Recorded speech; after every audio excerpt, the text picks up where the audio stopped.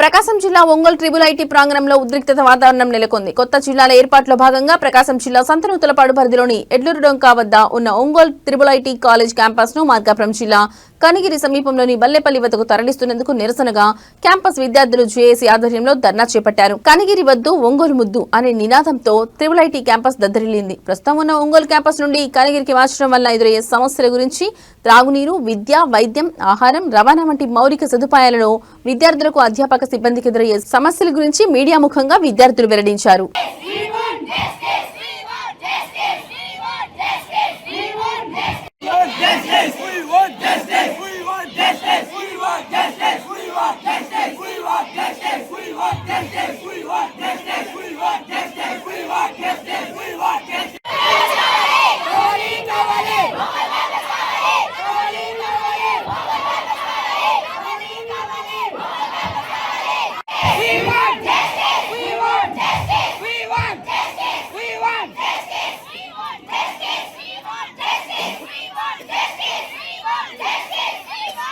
ఈరోజు ప్రకాశం జిల్లాలో 2016లో triple IT ఒంగోలుకి కేటాయిస్తూ అసెంబ్లీలో తీర్మానం చేశారు.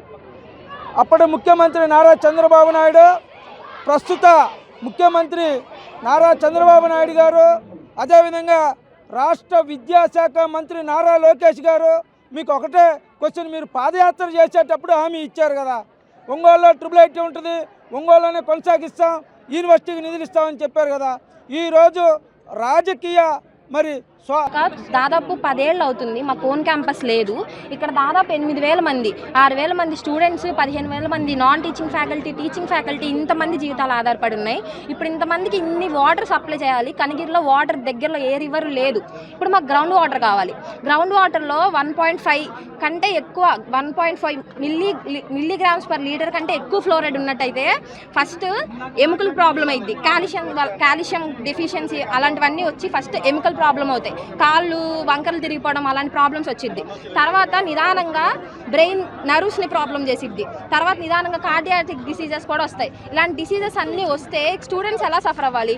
పోనీ ఏమన్నా అర్జెంట్ అయ్యి ఎవరికన్నా సీరియస్గా ఏదన్నా ప్రాబ్లం వస్తే దగ్గరలో ఏమన్నా హాస్పిటల్ ఉందా అంటే దగ్గరలో నమస్కారం అండి. తెలిసిందే కదా, ఇలాగ మేము ఒంగోలు క్యాంపస్ ఒంగోలులోనే ఉండాలని చెప్పేసి పోరాడుతున్నామని. ముఖ్యంగా ఆరోగ్యం అండి. స్టూడెంట్స్ ఎంత చదువుకున్నా సరే ఆరోగ్యంగా లేకపోతే మనం ప్రతిసారి హాస్పిటల్ తిరుగుతూనే ఉండాలి. దానికి కూడా మేము మళ్ళీ ఒంగోలు క్యాంపస్కి రావాలి.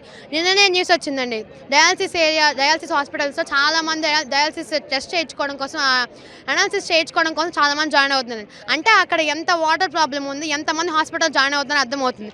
మేము రీసెర్చ్ చేసి ఆ డాక్యుమెంట్స్ని మీ కళ్ళ ముందే చూపిస్తున్నామండి. అక్కడ ఉన్న ఫ్లోరిన్ వాటర్ వల్ల ఎంత హెల్త్ ప్రాబ్లమ్స్ వస్తున్నాయి అనేది ఇవి రీసెర్చ్ పేపర్స్. మేము ఊరికనే చూపించట్లేదు, ఇవన్నీ రీసెర్చ్ పేపర్స్. గర్ల్స్కి పీసీఓడి ప్రాబ్లమ్స్ వస్తున్నాయి అని చెప్పేసి రీసెర్చ్ పేపర్ ఇది. అక్కడ వాటర్ తాగితే మేము ఖచ్చితంగా అక్కడ వాటర్ యూజ్ చేస్తే స్కిన్ డిసీజెస్ వస్తాయి. మాకు తాగిన కొన్ని మనుషులు అన్న, నా పేరు అనిల్ కుమార్. నేను ఆర్జీకేటీ ఒంగోలు క్యాంపస్ మెకానికల్ ఇంజనీరింగ్లో సెకండ్ ఇయర్ చదువుతున్నాను. నేను శ్రీకాకుళం నుండి వస్తున్నాను అన్న. ఇప్పుడు రీసెంట్గా గవర్నమెంట్ తీసుకున్న కనిగిరిలో ట్రిపుల్ ఐటీకి క్యాంపస్ అనేది చేంజ్ చేస్తామన్న విషయాన్ని, అలా నిర్ణయాన్ని మేము తీవ్రంగా ఖండిస్తున్నాం. ఎందుకు అంటే సరైన మౌలిక వసతులు లేకుండా మీరు అక్కడ ఏ విధంగా ట్రిపుల్ ఐటీ క్యాంపస్ని స్థాపించాలనే నిర్ణయానికి వచ్చారు. పాయింట్ నెంబర్ 1, సరైన ట్రాన్స్పోర్టేషన్ అనేది అక్కడ లేదు. 6 దాటిన తర్వాత ఆటో అయినా ఉండదు. 8,000 మంది స్టాఫ్ మరియు అలానే స్టూడెంట్స్ కలిపి ఉంటారు. అలాంటప్పుడు వారికి ఏ విధమైన ట్రాన్స్పోర్టేషన్ ఉంటుంది? తర్వాత రాత్రి అయితే అమ్మాయిలకి ఎటువంటి సేఫ్టీ ఉంటుంది?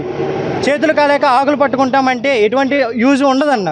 కాబట్టి ముందు ఏంటి అంటే ముందు ఫెసిలిటీస్ కల్పించిన తర్వాత ట్రిపుల్ ఐటీ స్థాపిస్తామనే విషయాన్ని చెప్పండి, అప్పుడు మేము ఒప్పుకుంటాం. అంతేగాని ఎటువంటి సదుపాయం